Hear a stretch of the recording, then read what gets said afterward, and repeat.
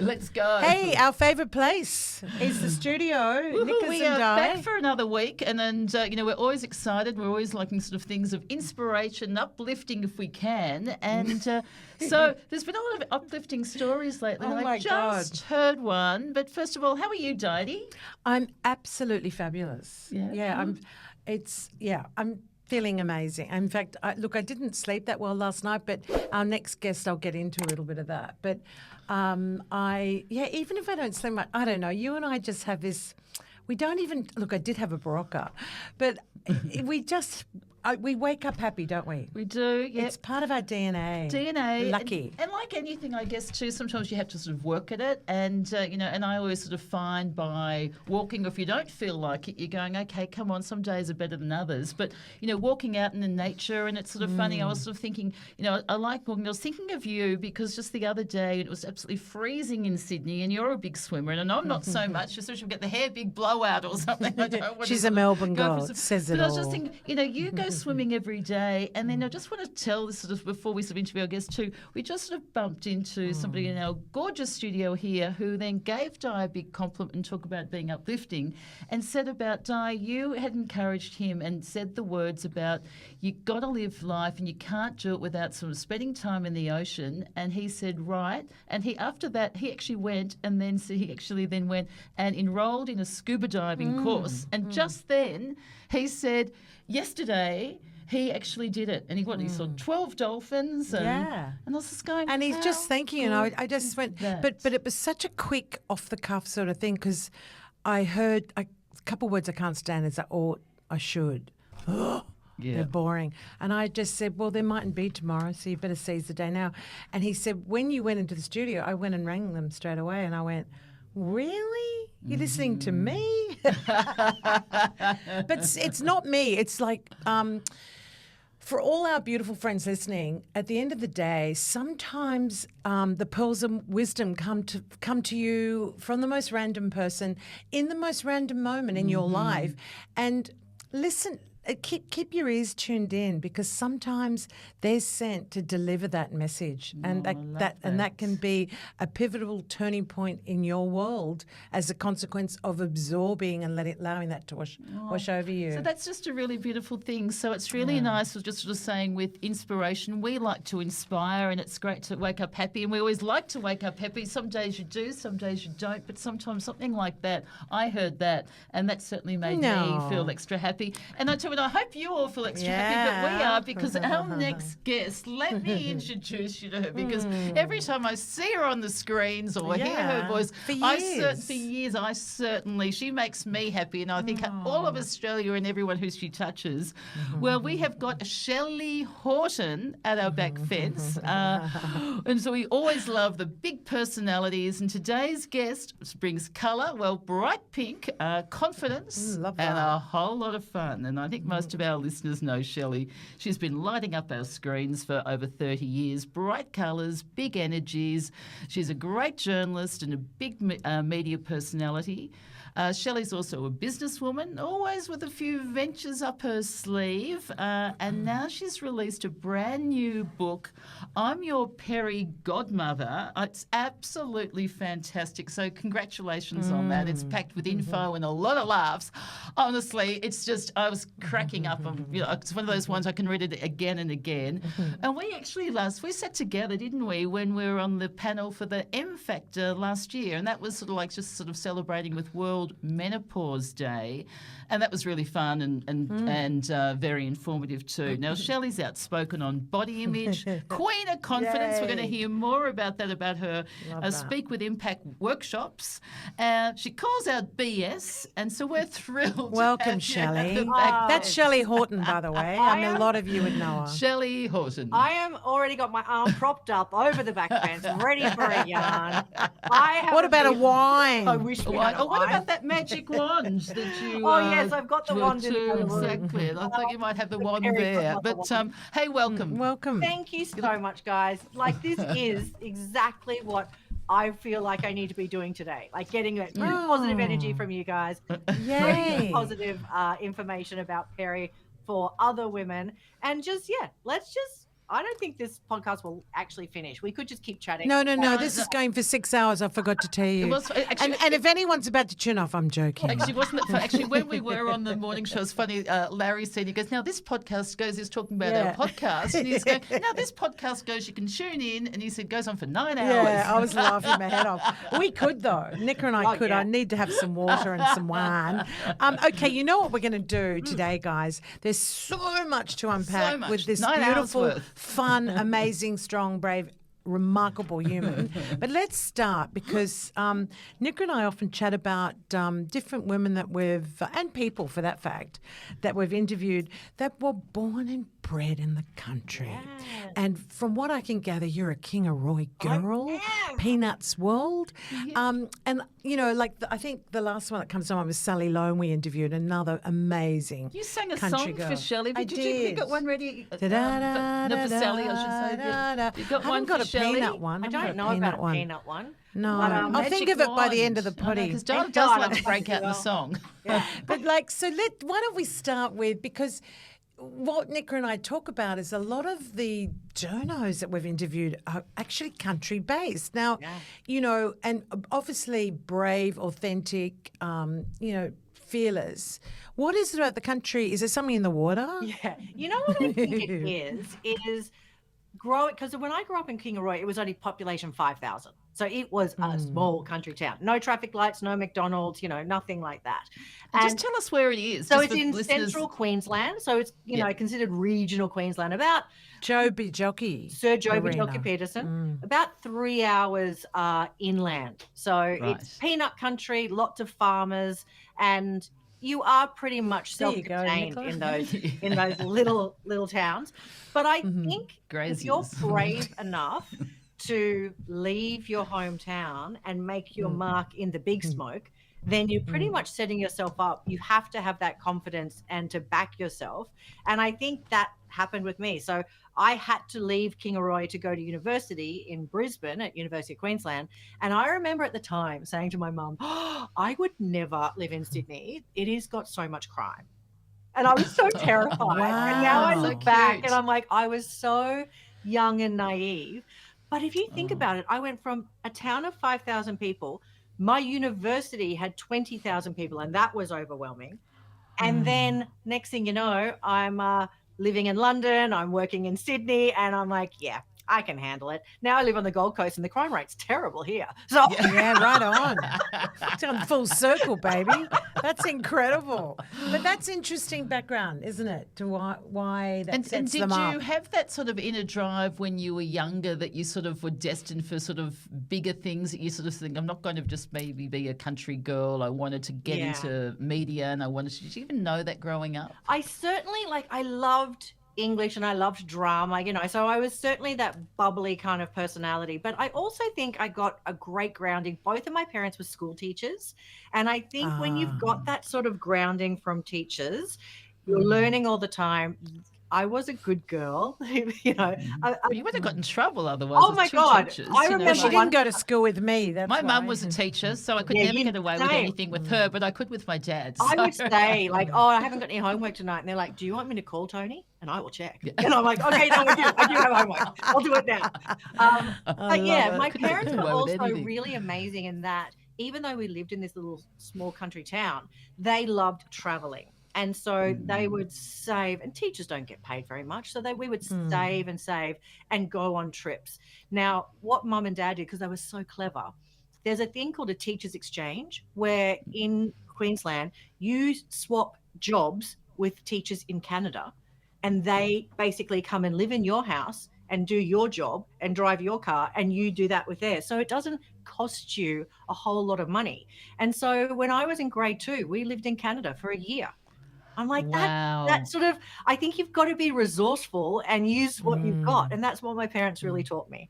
Well, and they're the best educations too, isn't it, when you can sort of travel that way. So your parents certainly did a great job of educating you in so many ways. And and you can't beat life experience, can you? That's right. So what did you study at uni, by the way? Journalism. Yeah. So I went in and so that was it. That was you what were I really wanted to do. And but here's the thing. My first year at uni was also the first year I really discovered boys and alcohol. So in my first year, I failed one of my subjects, which is the first time I failed in my life. And that gave me a kick up the butt to actually do some work. And then by the end of my degree, I was so in love with radio and TV. I didn't do I thought you were say a boyfriend. No. There were plenty of them. So in love.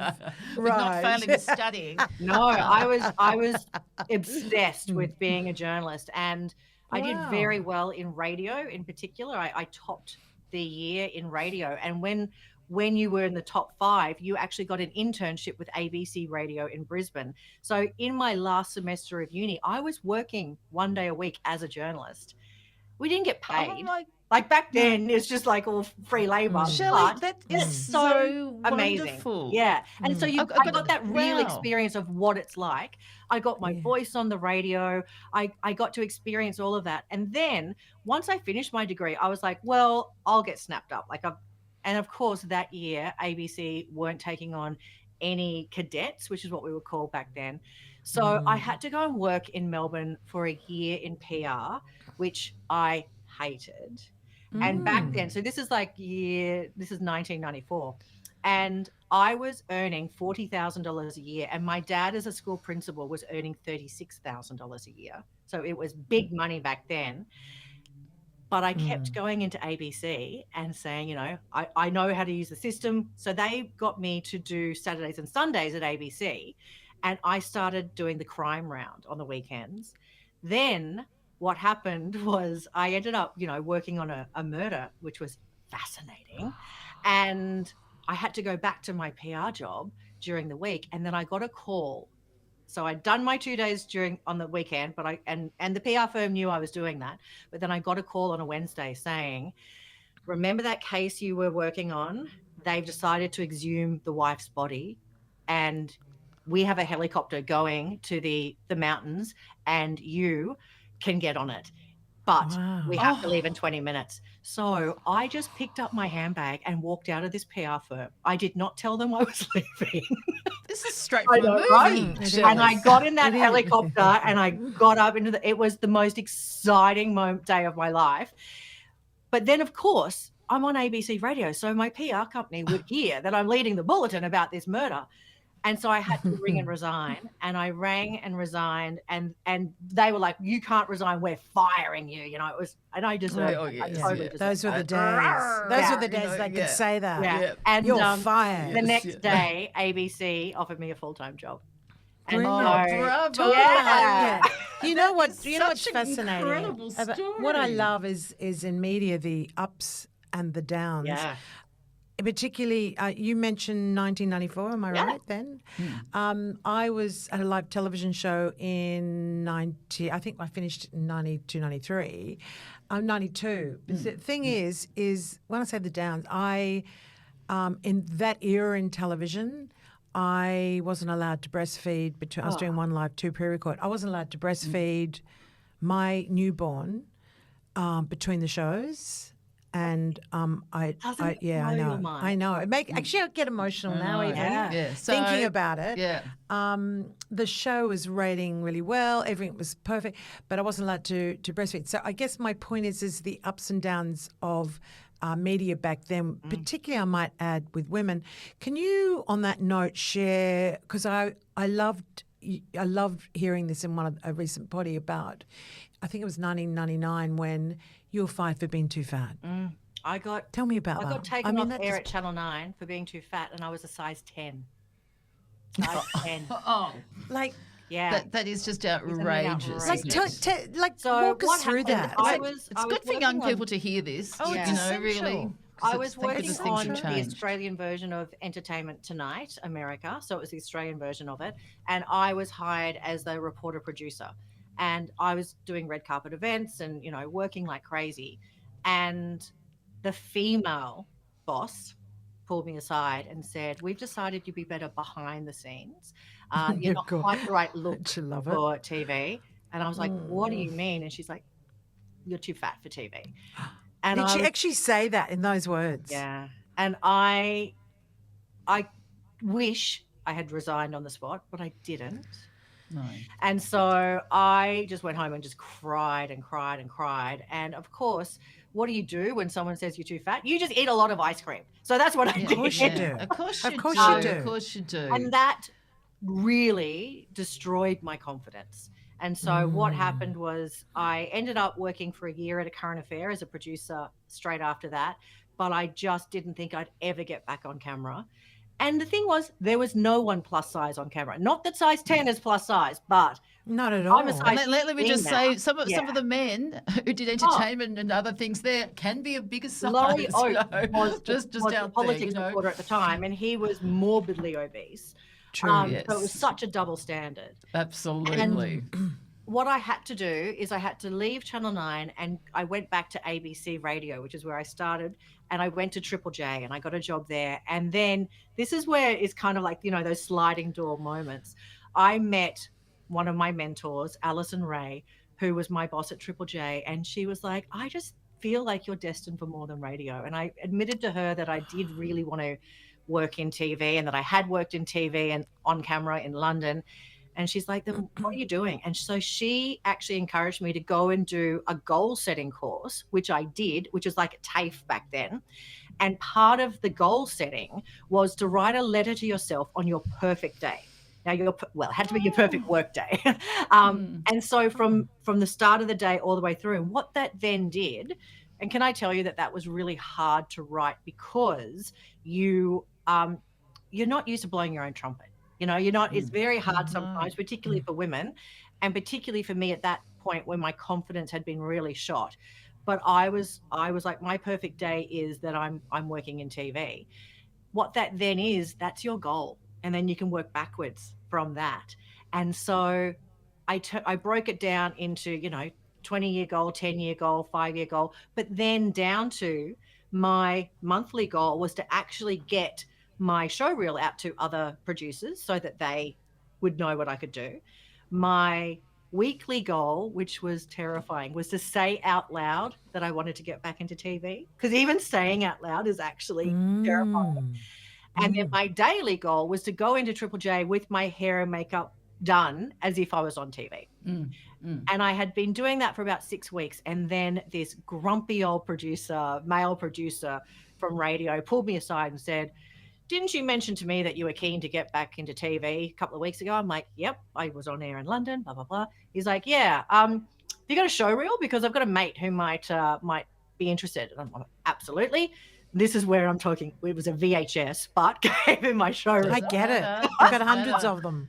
And it's preparation meeting opportunity too, isn't it? Right. They say with luck, but it's, you've done all this work. I've done all the work, and I got an audition, and then I got a job on George Nigger's Tonight on ABC TV as a health incredible. And you know what? At the end of the day, listening to you, what's resonating with me is that because Nick and I talk a lot and I interview a lot of people around intention, manifesting, believing, you set off to work like you were in that role. Right? Yeah. I've got goosebumps even saying this. Guys, for any of you listening right now, if you are looking towards a career and you think, no, I can't, or I should, or I could, or whatever, listen back to what Shelley just said with that whole intention of, well, if I set myself up for it, maybe it will happen. Yeah. And the steps by steps goal setting. I was thinking, Sam's our producer here too. She's a mindset coach, and I'm sure you sort of do things. She's nodding her head. She's nodding her head too. Right. She does things like that, and that's sort of kind of what we've always really been about. But sometimes it's implementing, and sometimes what we're saying at the very start before we had Shelley on about encouraging somebody else. And here you were when you're talking to this lady, and she was your cheerleader behind you, right? And she probably didn't know the big intention, the impact that's kind of changed your life. Oh, I'm still friends with Alison now. Yeah. Isn't and that can I also just add, so I then, words of encouragement. My career, blossomed, and I ended up working on Channel 7. And then I'd been on Channel 7 for 8 years, and then I got headhunted to go back to Channel 9. Now, Channel 9 in 1999 were the ones who told me I'd be back to be on TV. And I said to my husband, I can't go back there. I'm too triggered. I love the universe. And he said, to me, have the meeting. If you get bad feelings, you can always say no, but take the meeting. And I spoke to my agent. She was like, yep, do it. And I went in there and they were so incredibly welcoming and encouraging. And they had a plan for me that I didn't have, which included me working for 9 Honey, which included me hosting a Married at First Sight show, like way more than I had been doing at 7. And so I kind of always like to remind people, just like you change, companies change as well. Because now I'm size 16 and I'm on Channel 9 every week, and no one is telling me that I'm fat. You know, like you're rocking it. I know that I'm on TV because I'm really smart and I'm really good at what I do. So that's the package it comes in. And I'm hoping that there will be girls at home who may not be that perfect size, 0, who go, if she can do it, I can do it too. Yay. Bravo. And we love hearing things like that, and it's fantastic. It's really great too, how you're sort of saying how people can change and companies can change. And I think now it is over time, like, what your diet experience with your job, that wouldn't be allowed now. God, there's different conditions. I flew for the airlines, you had to go on scales, you couldn't, certain all these things here. I know. So those things are out the door. But we, as women of our generation, I guess, that was sort of like how we're sort of brought up, and the people pleasing era and all that. Absolutely. That's so changed. true. But speaking of, but really, congratulations. We love hearing those what she inspiring just said stories. then about I'm plus, and look at me, I'm rocking it. Yeah, but you know what? You're Love an it. amazing woman. So Love you've it. done so many different things, and like you've gone, and so so tell us also. You've gone from the journalism. You've done so many things. I want to hear the gossip journal. Yeah, we're going to go to it, but we do want some. Not some. I want to hear about the gossip definitely journal want days. that. Yeah, you're not bloody wrong. What was that like, though? Being I mean, how do you say it? A gossip journalist doesn't sound right. I was a gossip columnist. A columnist. So when I got invited to come in and have an interview about being a gossip columnist, I was like, why the hell would I want to do that? Everyone hates gossip columnists. Yeah. And why me? Do I send the gossip? Yeah, right. You know what it was? Again, this is where I love telling this story, because you never know when someone's watching. So 7 years before that job interview, I was working at ABC TV, and I was on The Glass House, which was like a late night entertainment show that had Will Anderson and Corinne Grant and Dave Hughes. So I'd done some guest spots on that, and there was an editor, Simon Dulhunty, who was sitting at he was working at in Wollongong or something like that. Can't remember. And he said, one day I want her to work for me. 7 years later, when the gossip columnist role came up, he got my details and invited me in. So 7 years previously, I had landed in his head. So you never know. Like, someone could be watching this podcast right now and go, Nicola and Di, we need to have a late night show. You're it. But it may not happen straight away. So I had to really weigh up, because I was like, oh my God, no one likes gossip columnists. But he was very, very clear that he didn't want nasty gossip. He wanted, he's like, we can't afford to get sued. I was working at Fairfax and it was already hemorrhaging money. So he's like, I am happy to go to court if it's over a big BHB, employment issue, not because someone in Double Bay is having an affair. Don't care about that. And so he's like, use your media contacts and find, you just need to get exclusive. So if anyone's pregnant, new relationship, new job, bought a new house, like all of these positive things. Great. But you have to get it first. So it was actually quite difficult, because you got to be in it to win it. You've got to be out there. So I promised myself I would only do it for 1 year. She's an investigative journalist. You think, that's where you use your skills there, Good point. I promised myself I would only do it for 1 year, and I ended up staying 6 because I had so much fun. Oh, wow. And really? It was 6? I didn't realize it was that long. And I worked out that in that 6 years, I went to 1,500 events. So there's a book in that. Yeah. There's a lot of gossip. Hang on, did you say 1,500 events? Because I would go to breakfast, you'd go to a beauty breakfast in the morning, and then there might be a book launch at lunch, and then you go to an alcohol launch at night. Sometimes I would do 3 events in one night. Like, it was crazy. Yes, and how was your liver? Pickled. and also your wardrobe too. Like, I guess that, when you're working and for I the did the media whole too, getting that... time in heels. Like, it was that era where I was like in the heels, looking good, and I now go, you know what? That was such an incredible opportunity. I got flown to the Emmys. I got flown over to LA for the MTV Awards. It was an absolute gift, but it's also, I am barely going to an event anymore. I'm like, I am done. I believe I can understand that. PJs at home's looking good, isn't it? Very hard. Like absolutely, that, a bowl of cereal. Yeah, I'm like, seriously. Honest to God. Were there any sort of that's really stood out? Like, I mean, you're going to the MTV in LA or going anything really stood out? So I've got some of my top favorite interviews, and you're going to probably roll your eyes a bit, but my number one interview, and I have interviewed him 5 times, is Tom Cruise. Oh, hello. Oh, yes. We call our finance man. I know, we do. Tom Cruise on Over the Money Are you Fence. kidding? You've interviewed him 5 times. I don't think many journos can say that. No. Yeah. And he has this incredible ability of just looking at you and making everything else disappear, as if you have asked the most interesting question he's ever heard, even though he's heard that question 17 times that day. Yeah. But the other thing I liked about him is he, at the end, when, because this is when I was working for Entertainment Tonight America, and so we had 2 crews. At the end of the interview, he got up and he shook the cameraman's hand and the soundo's hand and said, thanks, I know it's a team effort. And not many celebrities do that. No. And I really appreciated that. And then the other thing I loved was, this is before he went crazy and jumped on Oprah's couch, but he had one of the best publicists in America. She was really terrifying, but really good at her job. And I was lining up, this is when he was with Penelope Cruz for Vanilla Sky. And it was right in Pitt Street Mall. And there's just a line of journalists, like, it's crazy. And I saw her whisper in his ear and go, Shelley, Entertainment Tonight, Mission Impossible. And he then turned to me and goes, Shelley, I haven't seen you since Mission Impossible. How's ET? Are you joking? How? And you couldn't speak. You were speechless. Well, the funniest you were like, thing, the cameraman with the big camera on his shoulder, we actually could hear him go, fuck.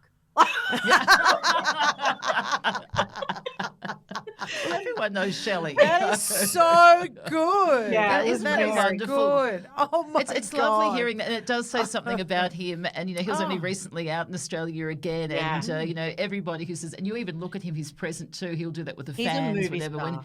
Yes, Oh wow. And to give my that other one-on-one favorite, focus, which is I think Keith Urban's pretty good that way too. Yeah, is Keith Urban. So my other favorite was Lucy Lawless, who was Xena, Princess Warrior. So, really? Oh, yes. So I was working for Entertainment Tonight America, so for the US company. So they flew me to New Zealand, and I got to go to her house to do the interview, which is a huge privilege. How cool. And she was so smart and switched on and funny and kind. And I was just like, we just like connected. And we finished the interviews and everything. And as the crew was packing up, she just leant over and she's like, do you want to try on the Xena outfit? Did she? Oh my God. Don't you love it? Don't you love that? No. And of course you went, no, I've got to get going. Like, really? So I went into her walk-in wardrobe. I want to see a photo of this. Well, I do have a photo, and oh my God, you should see how frizzy my hair is. But send it to us. We're going to put this one up. It's got so it's a copper metal, and then the inside is leather, so it's really light. And I just put it on over my t-shirt, but I have fabulous. Like, how great is that to do that? Like, she did not have to do that. No, God, no. But you know what? I think like anything, she can see you're passionate. And I think you are a good example too of also like never giving up, or sometimes when you don't get what you want, going back to, in your PR days, it was kind of good for you really, because it made you realise this is what I want to do, and you've always sort of strive for it, and you've then made it happen one way or the other. And 30 What plus years about as a the bad? I female. want to hear about the ones that didn't work. Oh. No, come on, give us. That's Yeah. where the goss kicks in. We've heard about the Okay, goodies. What I about will someone tell that you this, really? but I want you to All keep in right, mind gotcha. again that people change, because I've Yeah, heard when they very can be positive rude Yeah, to things you. about yeah. women, but at the time, Uh-huh. my worst, Pierce Brosnan. He was Oh, probably Oh, no, I'm okay, shocked. I'm wow. actually shocked. Yes, I know. yeah. I always call him the nice guy. Like, This was way back really? before he was married. Like, remember, He was married to an Aussie girl, wasn't he? Yeah. wasn't didn't one of his wives die of breast cancer or something? Yeah, that was the Aussie wife. Yeah. Okay, so it was after that had happened and before he got married again. But he walked in and he was so rude. And I had red hair, and the sound recordist was a female, and she had blonde hair, and the publicist had black hair. And he was like, well, looks like we've got ourselves, a threesome or whatever. Like, it was just so inappropriate and gross. Ah, And the thing is, a lot of these celebrity interviews take place in hotel rooms, which is really Sure. weird. Yeah, of that's course. But true. then, worse than that, he smelt bad. oh. He Ooh, smelled you like, that smell when a guy works out at the gym, throws his stuff into his clothes basket, and then just picks up a shirt and puts it back on again. That Sounds like he was very unhappy at the time. this is why I do say I think people interesting. change, Yes. and I know He's that the he's last in a very person I happy think marriage of, now. But Yes. it was probably a bad time for him, but it was certainly a bad time for us. And I was just like, God, I don't even want to watch James Bond anymore because of that. Isn't it funny? How It amazing. can put you off, can't it? Because Yeah. sometimes you think, you still got to put that shield on, when you're on, you're on. Fascinating. I think it's time to get into the book. Well, I know. Well, What I do you do. reckon? Yay! Because Oh, look at her like a little girl. I know. Too, because when we last spoke up, it was great because that was when we were on the panel talking about with the menopause, and that was after the M Factor documentary, which is absolutely brilliant, by the way, isn't it? Brilliant. I think hallelujah about more people now, talking about sort of with so many things you can do dealing with menopause now. It's fantastic. No longer taboo. Thank God. Like money used to be taboo. Menopause, they're actually sort of like really hot topics. But I got to congratulate you on your book. I'm Your PERI Godmother. Was it a happy ever after guide to kicking menopause at the ovaries? I love that. So tell us why. See, I called it, even wrote on it, I called it the Menopause Bible. Oh, manual I go-to. love Yeah. That's basically what I called it. And you know what, everyone, anyone listening, it is fun yeah. because sometimes you go. It's like even say with Dr. Jeannie's book, it was the M The M word word, too. yeah. I was sort of thinking, I don't know whether I would have initially sort of read that, whatever. I thought it was so good. And your how, one, how personable you were too it's in this. just it's open I think and funny. Tell us about it. Yeah, so I think that there's always going to be a place for medical books about menopause, but I feel because what happened to me was I went into perimenopause and I never heard the word perimenopause before. So I hadn't had any warning. I didn't know what symptoms to look out for. I thought menopause was like grey-haired old ladies who clutched their pearls and their period stopped and they got hot flushes. That's it. Like and I was thinking it was like 60. So I was 45 when I went into perimenopause, and Ginny had written her book. And and we're friends. This is right? Dr. Ginny Mansberg. Who's also been on our podcast Yeah. too, guys. So tuning let back the to that listeners one. Ginny and I are friends, and I had posed on social media with her book going, read this, everyone. I didn't read it because I'm like, what do I need to read about menopause for? That's like 20 years away. And I didn't realize that, in fact, perimenopause can last 10 years. So what I did was I've written the book that I needed at that time that shows that you can be 45 and sassy and be at the peak of your career and it can knock your knees out. So I've got my story throughout it, but I have interviewed menopause experts from around the world, and we're talking about those same women who were interviewed in the M Factor documentary. Dr. Mary Claire Haver, Dr. Vonda Wright, Dr. Kelly Casperson, the absolute my heroes, and they're cutting all edge in my on book. everything. And so what I've done is I worked really hard to make the book conversational, as if I was sitting with you guys having a glass of wine going, let me tell you what happened and let me tell you about the solutions and let me I read it with a glass of wine. So and laughed and laughed. Yeah. And then also, you know, a lot of empathy there too, but also with your personal one too, with, you know, early, you sort of kind of, because you say it's so open, suffered so young. I mean, as an 11-year-old girl, I mean, seriously, I think you poor thing, you've really been hit sort of Beyond. all your Those life. stories blew me away. I think also. Thank you for sharing that, though. Yes. Yeah, you've got to remember back then we didn't know. And so it's and like I really struggled with, I wanted to make my mum reassure her that I don't blame her, you know, because she was with me at the gynecologist appointment when I was young and I was basically abused. We didn't know. We didn't know that wasn't right. I'd never been to a gynecologist before. I didn't know what to expect. We'd had to drive for 3 hours from Kingaroy to Brisbane to even get an appointment. So from a very early age, it has been quite a challenge for me. So then when perimenopause hit, I am known for being confident and bubbly, and my worst symptom was the perimenopausal depression, and it hit me hard. And I have never dealt with poor mental health before. I didn't know what to do. I just thought I wasn't coping. And in fact, it was my hormones going crazy. And I went to a GP, and I went because I had really heavy bleeding. After 12 years of having no period, thanks to an IUD. I love IUDs. But I had this period that I bled through my clothes. Like, it was horrific. So I went to a GP, and their first words to me were, oh, if you're bleeding that much with an IUD, and it could be cancer. Oh, really? Oh my God. Just like that. Go from one end to the other. How's your mental health? How it can could you be cancer. possibly- Off you go. I know. Oh. The spiral.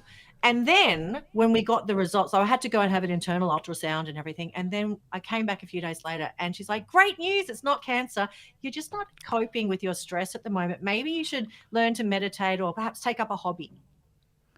And I'm like, I will drive home, take up a hobby, bawling my eyes out, blaming myself for not coping. But the hard thing about that was I then didn't seek help from a medical professional for like nearly another 9 months, because I was like, it's all my fault. And it just got worse and worse. And I was at the point where I was crying at least once a day. And I was still working. So I would go into Channel 9 and do my segment where I have to debate the news of the day with journalists. And I would put on a brave face and I would deliver. And then I would cry in the car the whole way home. And my husband would just put me to bed. And I'd have to stay in bed for the rest of the day to recover. So it was pretty bad. And then it got to the point where I said to Darren, my husband, we love Darren. We love Darren. He sounds so supportive. Yeah, he's amazing. So like everyone needs a Darren in their life. You know, I lucked out, absolutely. Yes. So I think he said the kindest thing that has ever been said to me is he sat me down, because I said to him, I want to quit my job. I just can't keep this facade up. It's exhausting. And he knew I didn't want to quit my job. So he just said, hey, I don't think there's anything wrong with you, but I think there's something wrong with the chemicals in your brain. How about I make an appointment and we go and see someone together? Oh, you're kidding me. Someone to hold your hand. He's like someone for support. He's incredible. Like I was saying, we love that. And I think for everyone listening too, you know, because we can all get hit with different things there, and emotion, whatever. And like a lot of things too, it's always good to get other opinions. And it's not always easy when you're feeling flattened down because you kind of believe it. And, you know, we've all kind of been in that fetal position, or in different ways. Everyone's experienced their own thing. But to get different opinions and speaking, and the people now listening going, well, maybe it might not just be this. It could be something to do with my hormones, and hormones can affect us for years, forever. It's true. And then what happened from there, Shelley? So that's when we went to Dr. Ginny. So I didn't ever want Dr. Ginny How to lucky be my... were you? I know. And this is, you know, I am very lucky. But I didn't want Ginny to be my GP because we drink wine she's together. a friend. Yeah, I get that. I'm like, I I understand. love Dr. Ginny. I'm serious. I totally get it. You don't She's want mine. the doctor. You don't want Love the her. person who does your pap smear to No. also be the one you drink wine with. It's a little. I you know, understand that. It's a little bit weird. Like I went for a colonoscopy with a girlfriend's doctor. I went, no, I don't think so. It's a little bit much. You've got to have some boundary. No, exactly. But which is great. The great thing was Darren came with me to the appointment, and I hadn't told Ginny how bad things were. So as soon as I saw her, I just burst into tears, and I basically sobbed for the whole appointment. Gosh. And Darren was the one saying, this has been nearly a year. This is what's been happening. It's been getting worse. She's had days where she hasn't gotten out of bed. Like, he told her everything. And she was fantastic. She just went, honey, this is perimenopause and we can fix you. This is not the rest of your life. It's giving me goosebumps. So she got me onto HRT, and I did need an antidepressant, which I completely believe I needed because I had spiraled so low. And that was the start of my getting better. You know, the intriguing thing in all of this, which we've brought to the fore previously, a few years ago, we were interviewing someone about, it could have been Dr. Ginny, is that our friend Zora, who's always specialised in menopause. We've interviewed quite a few people around it. But I'm going to link you guys up too. And fascinating that when you're studying medicine, now I'm sure they're introducing it, but no doctors were ever informed about. Yes. And we've heard about the with the HRT too, and then it was put out, and then it was also cancelled as well. We've discussed with the that WHI with Zora as well too. And thank goodness now that's sort of been so out. So how dangerous ultimately that, because a lot of the studies for many years was only done on men. Not just that's like we're talking up until like 1993. Like, it's not that long ago. Which is mind-blowing. No, yeah. So, I mean, look, I'm not blaming it. It's just, the world's changing, thank the Lord, in so many in a positive way. But I think whenever I hear about menopause, that blows me away the most, that doctors were never taught zero training anything about women. Remember those days? You'll be right, darling. Have a Beck. Have a Beck and a lie down. Yes, exactly. That's right. Yeah, the world's changed. And then the HST was like the whole studies they were told, and they couldn't really use it, because of cancer. So do you know that happened to my mum? So she went into medical menopause because she had a hysterectomy and they removed her ovaries. She was young. She was young. So here's this. This is another thing where I'm like, oh my God, can you even believe this would be said to share these this? Days?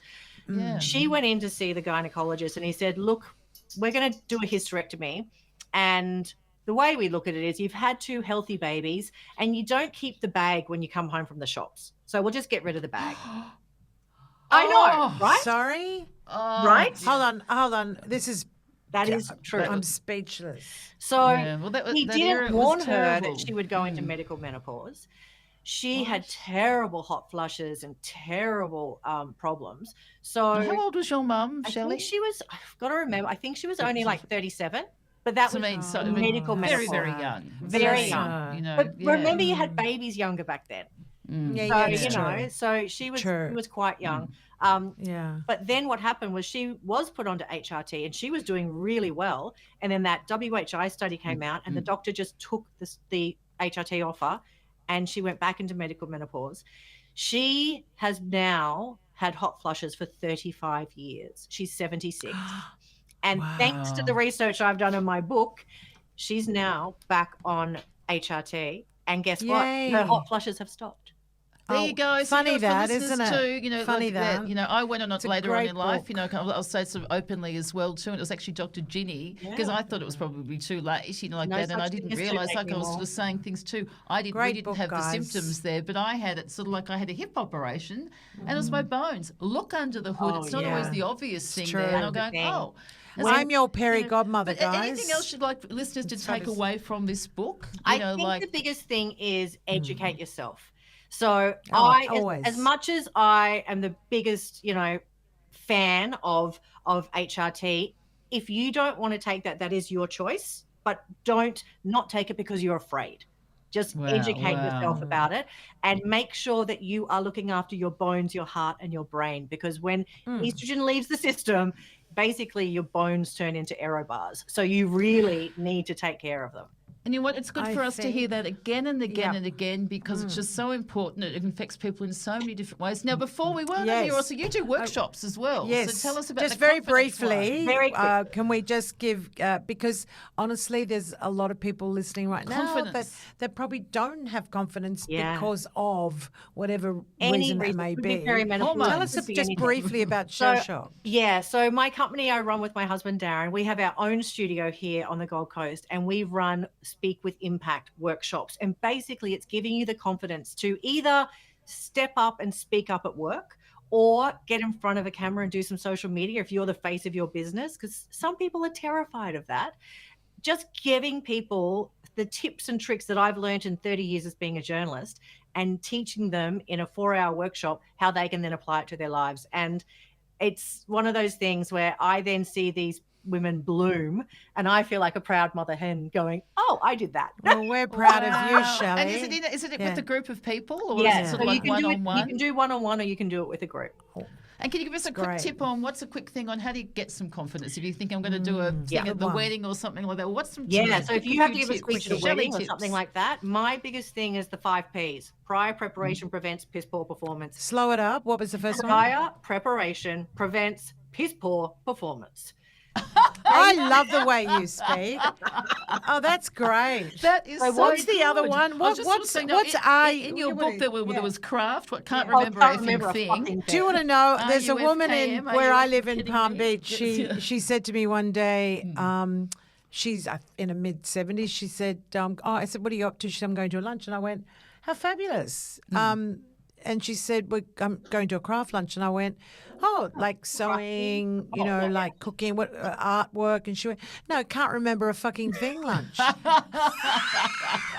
I said to the day I die, I will never forget that. I know. And I'm still laughing about it. But trust you, Shelley, to pick up on that. In Shelley's book, it's sort of like that. So you've got those 5 Ps, which is good. And give us a last tip. Well, I would just say, so the thing about the 5 Ps is don't wing it. If you're nervous, just thinking that you'll be able to get up and make it up on the spot is going to just turn you into a bundle of nerves, and you'll perform terribly. I say practice it out loud in front of a mirror a couple of days beforehand, and then you at least your mouth has to form the words. You can't just think about it in your head. You actually have to say them, and that will solidify everything, and then you will feel more confident because you know you've already delivered it. I love hearing that. I think God, sort of too, amazing and preparation is important. I think sort of you for know like what? that. And dot forms. You're a walking form of inspiration. Oh, you are so kind. Why aren't we doing a 9-hour one? I think, you know what, Shelley, I think we'd love to have you again, because this is just the tip of the iceberg. Can I say one more? What's the RUFKM? Are you fucking kidding me? And that's from my friend Julia Morris. Oh, we love that. RUFKM.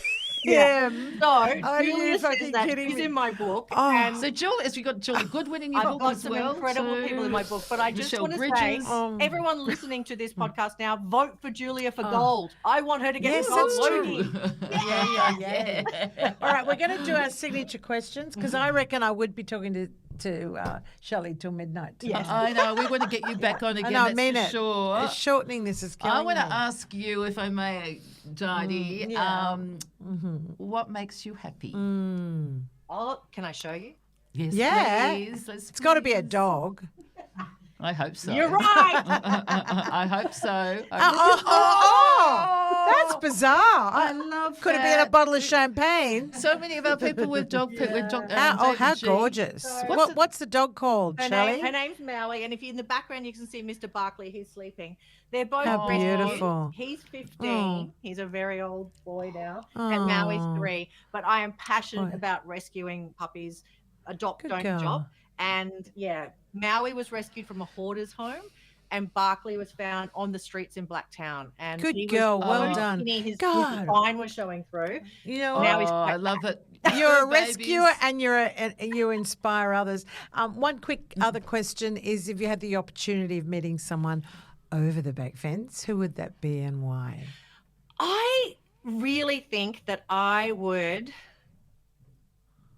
You know what? I think I'm just going to stick with Julia Morris, because you know what? I don't think I need to meet people I don't know. I want to spend more time you've met with enough. people I love. Bloody That's hell. true. 1,500 times. 1,500 times. Yeah. No, but she makes me laugh like no one. Say Tom Julia Cruise. is one of those. She is so see kind. him. She is so generous. And she's actually quite private. So when you do become friends with her, you go deep. And she's actually throwing me a party at her house to celebrate the book. How's that? Oh, You're kidding. Yeah. That's a buddy. fantastic. That's a He is buddy. amazing. That's a true yeah. buddy. That Like is Julia great. for gold. Oh, yeah. You're in Queensland. Is Julia up there too? She's in Melbourne.